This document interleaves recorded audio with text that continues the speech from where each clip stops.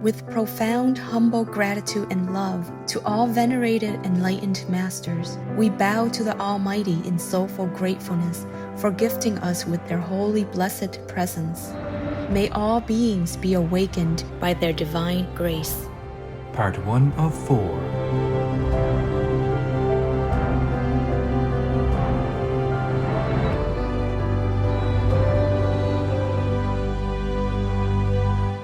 Etc. Be vegan, make peace, do good deeds, hell not reach. Our programs offer many languages. Please visit suprememastertv.com/schedule. Nos programas offrent plusieurs langues. Veuillez visiter suprememastertv.com/schedule. Nuestros programas ofrecen varios idiomas. Visiten suprememastertv.com/schedule. Rancangan kami menawarkan banyak bahasa. Sila kunjungi suprememastertv.com/kehadapan-schedule. I would not like to live in this world if it is not to be one world.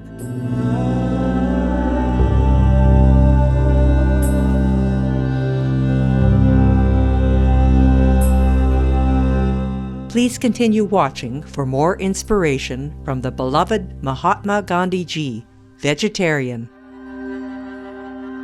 Vegan, 'cause we want to reclaim our God kingdom.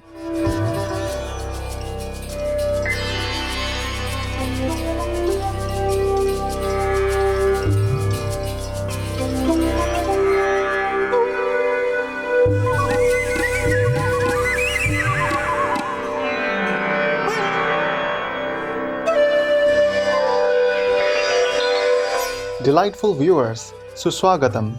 I just said, welcome to you in the Marathi language. I am Ishan. The tender-hearted people of Maharashtra send you their good wishes.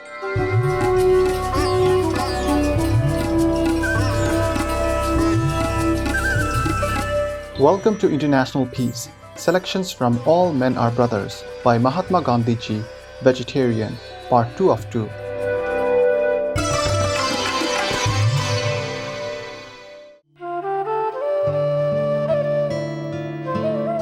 Born Mohandas Karamchand Gandhi, vegetarian, the man who came to be known as the Great Soul, or Mahatma Gandhi Ji, vegetarian, was an exemplary spiritual practitioner and a visionary leader of India.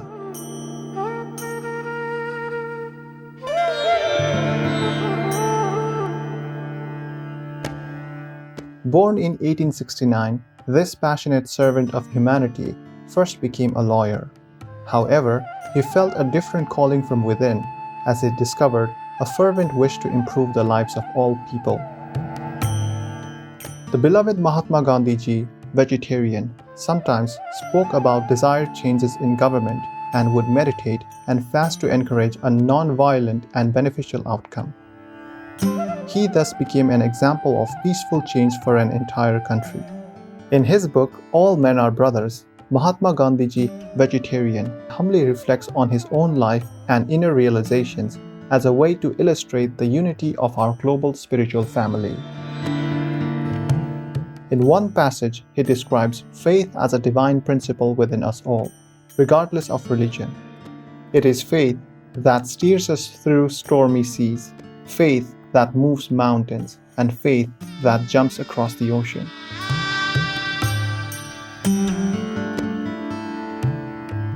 That faith is nothing but a living, wide-awake consciousness of God within. They who have achieved that faith want nothing. Bodily diseased, they are spiritually healthy. Physically poor, they roll in spiritual riches.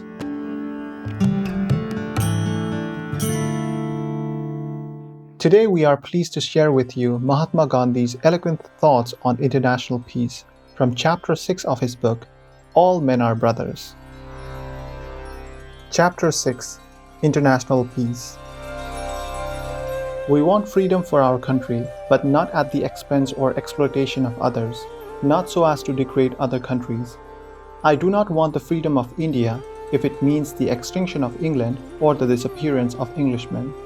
I want the freedom of my country so that other countries may learn something from my free country, so that the resources of my country might be utilized for the benefit of humankind.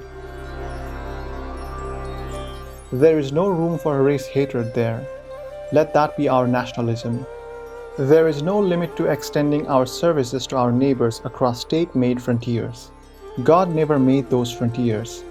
My goal is friendship with the whole world, and I can combine the greatest love with the greatest opposition to wrong. For me, patriotism is the same as humanity. I am patriotic because I am human and humane. It is not exclusive. I will not hurt England or Germany to serve India. Imperialism has no place in my scheme of life.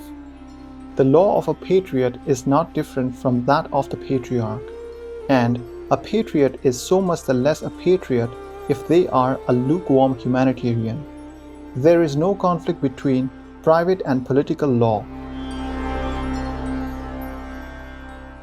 Not to believe in the possibility of permanent peace is to disbelieve in the godliness of human nature. Methods hitherto adopted have failed because rock-bottom sincerity on the part of those who have striven has been lacking. Not that they have realized this lack. Peace is unattained by part performance of conditions, even as a chemical combination is impossible, without complete fulfillment of the conditions of attainment thereof. If the recognized leaders of humankind who have control over the engines of destructions were wholly to renounce their views, with full knowledge of its implications, permanent peace can be obtained. This is clearly impossible without the great powers of the earth renouncing their imperialistic design. This again seems impossible without great nations ceasing to believe in soul-destroying competition and to desire to multiply wants and therefore increase their material possessions. I do suggest that the doctrine of non-violence holds good also as between states and states. I know that I am treading on delicate ground if I refer to the late war, but I fear I must, in order to make the position clear. It was a war of aggrandizement, as I have understood, on either part. It was a war for dividing the spoils of the exploitation of weaker races, otherwise euphemistically called the world commerce. It would be found that before general disarmament in Europe commences, as it must someday, unless Europe is to commit self-destruction, some nation will have to dare to disarm herself and take large risks. The level of non-violence in that nation, if that event happily comes to pass, will naturally have risen so high as to command universal respect. Her judgments will be unerring, her decisions firm, her capacity for heroic self-sacrifice will be great, and she will want to live as much for other nations as for herself.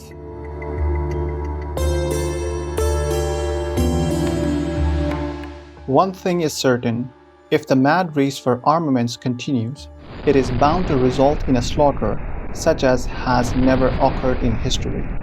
If there is a victor left, the very victory will be a living death for the nation that emerges victorious. There is no escape from the impending doom save through a bold and unconditional acceptance of the non-violent method with all its glorious implications.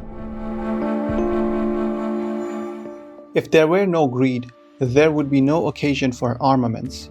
The principle of non-violence necessitates complete abstention from exploitation in any form. Immediately the spirit of exploitation is gone, armaments will be felt as an unbearable burden. Real disarmament cannot come unless the nations of the world cease to exploit one another.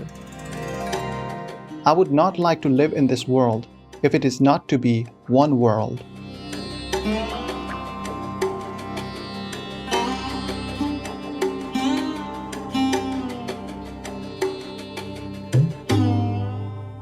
Numerous instances may be cited of persons who have lived for years in very good health without animal food. Dr. William Lambie, MD, vegan. Devout viewers, thank you for being with us today for Words of Wisdom. Coming up next is A Brightly Guided Life, a near-death experience and the beings of light.